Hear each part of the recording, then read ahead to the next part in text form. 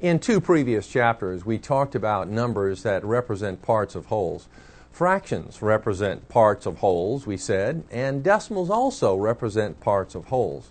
In this chapter, we're going to study another way to represent parts of wholes, and that is by using percents. The main interest that we have in this section is to interpret percent and allow ourselves to convert numbers from a percent form into a fraction form, into a decimal form, back to percents. You see, all of those need to be pretty much interchangeable in our thought process. Well, percents can be thought of as meaning parts of 100. In fact, there's a great illustration in your textbook to show this parts of 100 idea. There's a big square, and then there are a bunch of little squares. There are actually 100 little squares inside the big one. And 13 of those little squares are shaded. And so the illustration is to represent 13 parts of 100, or 13%. And another interpretation of percent is that percent means hundredths. So if we realize that percent means hundredths, or percent means parts of 100, then we can convert percent numbers to decimals and fractions. Let's talk about converting 13% into a fraction form. Here's what we would think. And by the way, there are several right ways to do this, and I want you to know that. There's no one way that is right and every other way is wrong. So be comfortable if you see another way to approach these same problems. But here's one way. 13%, and this is what you would write down. You say, all right, I have problem number one. This is 13%. I want to change into a fraction. Percent means hundredths. You see, are parts of 100. So this is 13, and replace percent with a hundredth. Percent means hundredths, you see. And now just multiply as we understand. This is 13 over 1 times 1 over 100, multiplying straight across. 13 times 1, 13. 1 times 100, 100. So the fraction corresponding with 13% is 13 hundredths. Now, let's just think about this and think about this just for a moment.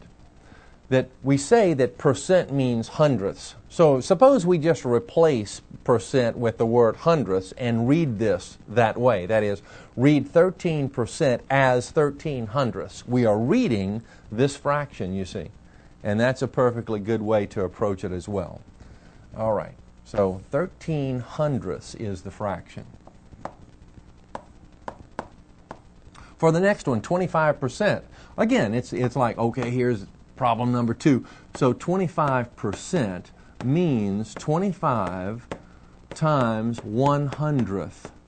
That's the safest way to approach these problems. So this is 25 over 1 times 1 over 100. We could cancel right here if we see that opportunity. If we don't, it's okay. Multiply straight across. 25 times 1 is 25. And then 1 times 100 is 100. And now we certainly would want to reduce. 25 and a 25 goes one time. 25 and a 100 goes 4. So this is the fraction 1/4. So 25% then is 1/4. Now, if we used the idea on this problem, like I mentioned before on this one, that if we read this as 13 hundredths, then we have the fraction. If we read this as 25 hundredths, then we get 25 over 100, which then would reduce to 1/4. So we could use that strategy if we want to. 120%. Wow. Now this one, maybe they start to look strange or something like that, and we are using a particular strategy on the easy ones like this, and the fractions come out real nice, but we're not sure of what to do in situations like these two. Well, just go back to the fundamental idea of the meaning of percent. You know, percent means hundredths, so let's go through that kind of strategy, and we would take the 120% and we would write 120 times 100th, you see, or 120 over 1 times 100th. And once again, we could look for this cancellation. There is a nice cancellation here if we want to take advantage of it, but we really don't have to. We can go straight across. 120 times 1 is 120, and then 1 times 100 is 100. And now there are several ways to approach this. We could say this means 120 divided by 100. Let's go through the division. That's one way to think about it. So 100 then into 120. Gee, that goes one time. 1 times 100 is 100. Subtract, we get 20 as the remainder. 20 is the remainder, 100 is the divisor.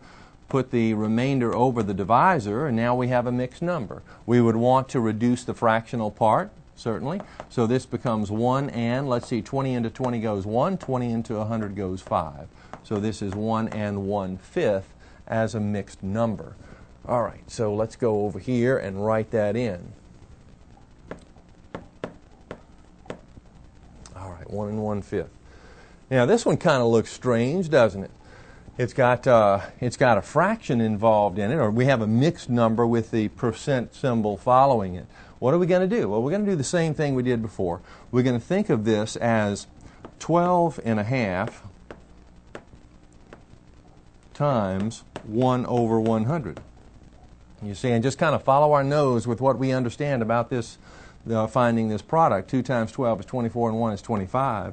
So this is 25 halves times 1 over 100. Let's take advantage of the cancellation here. 25 into 25 goes 1, 25 into 100 goes 4. And now multiplying straight across, 1 times 1 is 1, 2 times 4, 8. So the fraction corresponding with 12.5% is 1/8.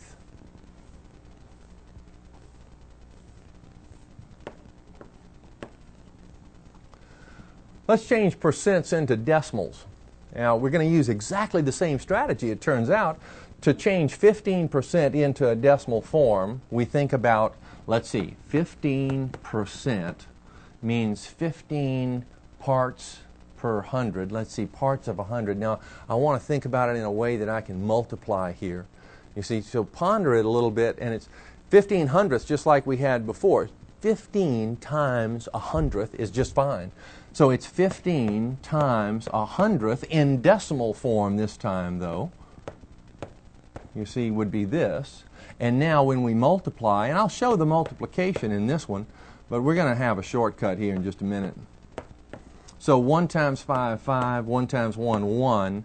There are 2 digits to the right of the decimal above this line or in these factors, and so we need 2 digits to the right of the decimal in the answer. Counting off from the right, 1, 2, the decimal belongs here. So here is the decimal corresponding with 15%.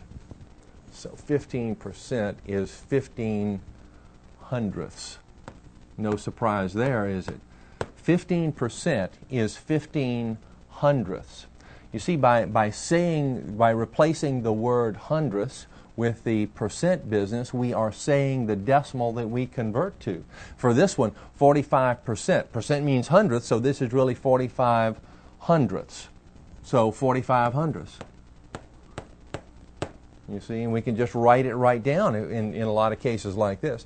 Another way to think about it is this way, that really in changing a percent number into a pure decimal, all we're doing with the digits is we're taking the decimal point, which is understood to be here, and notice where it ends up. It ends up 2 places to the left, and we drop the percent sign. Percent means hundredths. Dividing by 100 means slide the decimal 2 places over. You see, so that's really all there is to it as well. Let's use that strategy on the next one. We're just converting 3% into a decimal, and we think about moving the decimal point 2 places to the left. The decimal point in 3 is understood to be here. When we move 2 places over, we need a placeholder. So let's see, we'll have a decimal, a 0, and a 3 when we make the conversion. So 0.03, and it's customary to write a digit 0 to the left of the decimal as well. All right, in this one, same idea. The decimal is going to move 2 places to the left. So we go 1, 2, and we need a placeholder for that second digit to the left. So it's 0.062, and let's tack on this 0.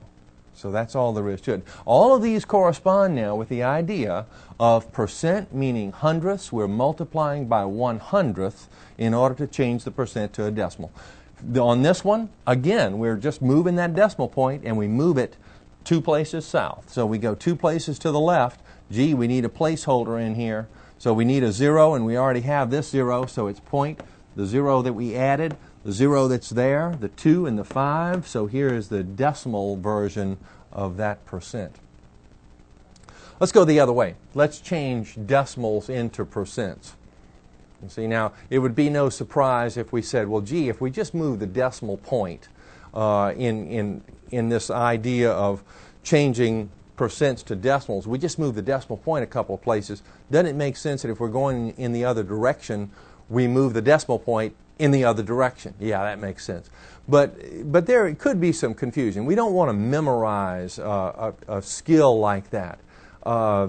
Because what if we move it in the wrong direction, you see, and we're not sure whether it makes sense to move it in this wrong direction? You see, then we could get ourselves in trouble. So we need to have some fundamental idea, at least at first, of what's going on here. So what we're in changing this into a percent, here's how we can think about it. It's really 45 hundredths times, and here's a strategy that works out, times 100%. Now 100% of something is all of it. It's like multiplying by 1. In fact, let's verify that. Let's think about 100% for a moment. And I want to change the percent into a decimal, let's say. The previous problem. Change the percent into a decimal. The decimal point is understood to be here. Move it 2 places to the left. You see, then we have 1 decimal 00, or simply 1. So 100% is 1. So in multiplying by 100%, we're just multiplying by a form of 1. And multiplying by a form of 1 will change the appearance of a number, but it won't change its value. All right, so we're multiplying by 100%. Now, we multiply 100 times 0.45. Remember, in multiplying by 100, the decimal point slides 2 places to the right. So we have 45, and that's just bring down that percent sign. You see, so it gives us the notion, and it follows what we learned before, that if we are changing from percent to decimal, we move the decimal point to the left 2 places. If we're changing from decimal to percent, we move the decimal point 2 places to the right and tack on the percent sign. So that's the idea. But in all cases, we can think about this notion of multiplying by 100%. And let's do that here. Let's do that in a few of these problems. So 45 hundredths, hundredths means percent. 45 hundredths is 45%. All right, 72 hundredths should make some sense that it's 72%. We can verify like this. Just multiply by 100%. Multiplying by 100 slides the decimal 2 over. Bring down the percent sign, and we're finished. This is 72%. For the next one, 1.35, or 1 and 35 hundredths. 1 and 35 hundredths. We may be confused about what we need to do. We may not remember that we need to move that decimal 2 places to the right and tack on a percent sign, which is all we really need to do. If we don't remember that, then we think about 1.35 times 100%. Oh, 100 times 1.35, decimal moves 2 over, so we have 135 and bring down that percent symbol. So this means 135%. All right. Same idea with these. 2.4, 2 and 4/10. Slide that decimal 2 places to the right and tack on a percent sign. That's all we need to do. So slide over 2 places. We need a placeholder for the second position.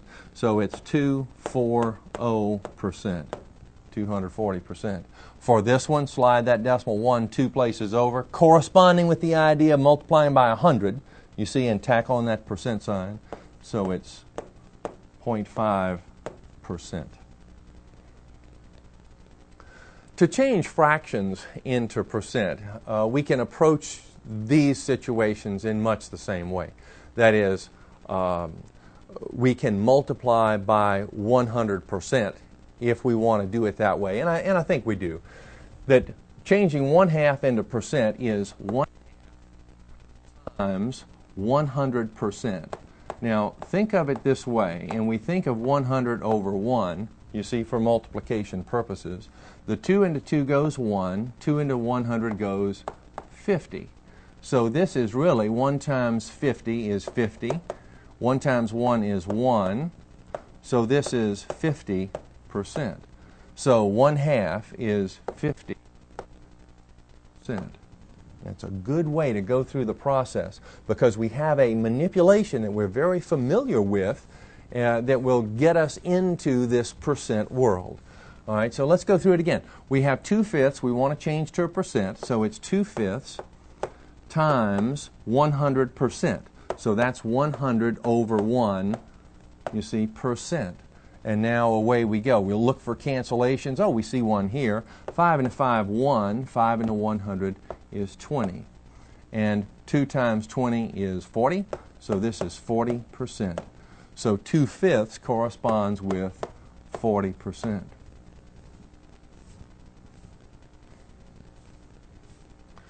One and 7/9. 1 and 7/9 as a percent. Let's do this one over to the left. Now, and I'm going to do it over to the left because there's a little more manipulation to it.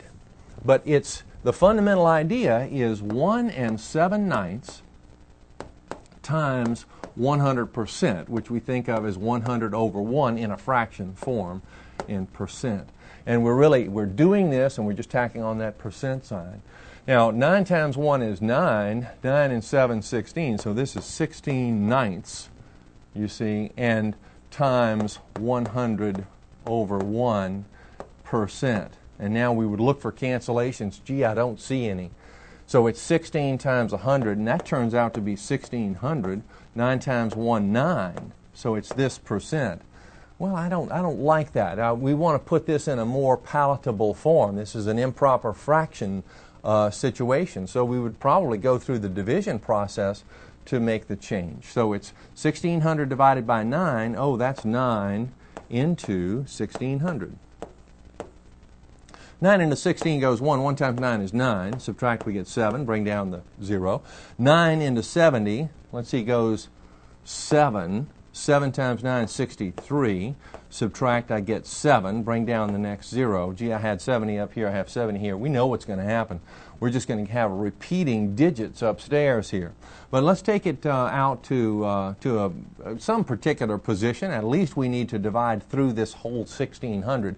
So let's do that. We have 9 into 70 goes 7 times. 7 times 9 is 63. Subtract, I get 7 again as expected. And we will continue with that. If I add a decimal and a bunch of zeros here, I would get 0.77777 and so on, and I would have to round at some point. But another way to express this is like this. Another way to do it is to say, well, I've got a remainder of 7 and a divisor of 9, so this is 7/9. All right, so now what have I figured out? I have figured out that this replaces the 16 over 9, and I just tack on the percent sign to what I have right here. So it's 177 and 7/9%. Let's write that over here. 177 and 7/9%. And it would be okay to round it to, let's say, the nearest tenth or the nearest hundredth or something like that, and tack on the percent sign. 2 1/6, same idea. It is 2 1/6 times 100%. Let's do that over here as well. So it's 2 1/6 times 100%. We'll think of 100 as 100 over 1 for multiplication purposes. 6 times 2, 12, and 1, 13. So we have 13 over 6 times 100 over 1%. And now let's see. I see that both of these are even, so they're divisible by 2. 2 into 6 goes 3. 2 into 100 goes 50. Now let's go straight across. 50 times 13. Well, I could grab my calculator here. Maybe I can see through it. But if I can't, I want to come out to the side and do something like this. 13 times 50. 0 times these will give me a 0. 5 times 3, 15. 5 times 1, 5 and 1, 6. So that's 650. So 13 times 50 is 650. And 3 times 1 is 3. And this is a percent. Aha, improper fraction, we don't want that. We'd like to change this. So let's divide 3 into 650. So 3 into 6 goes 2. 2 times 3, 6. Bring down the next digit. 3 into 5, 1. 1 times 3, 3. Subtract, we get 2. Bring down the next digit. 3 into 20 goes 6. 6 times 3, 18. Subtract, I get 2. Remainder over divisor. So we have 216 and 2/3%, you see, for 2 1/6. 216 and 2/3. Let's write that in. 216 and 2/3%. All right, that's all there is to it. Consider this problem. Is 1/2% the same as 0.5 or 5/10?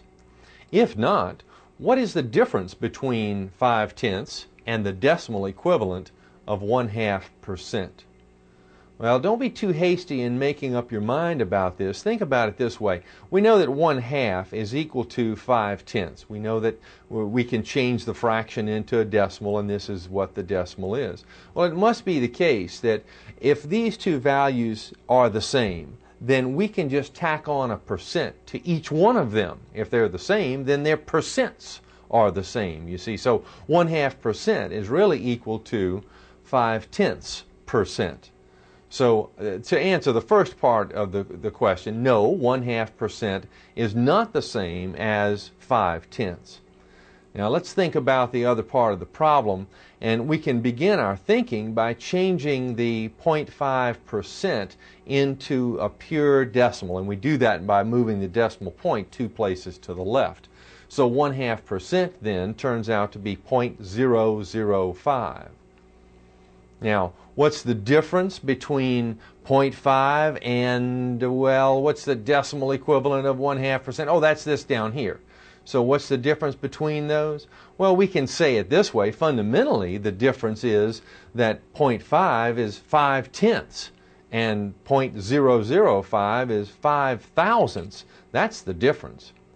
But another way to think about difference is in terms of mathematical difference, or the difference in the numerical sense.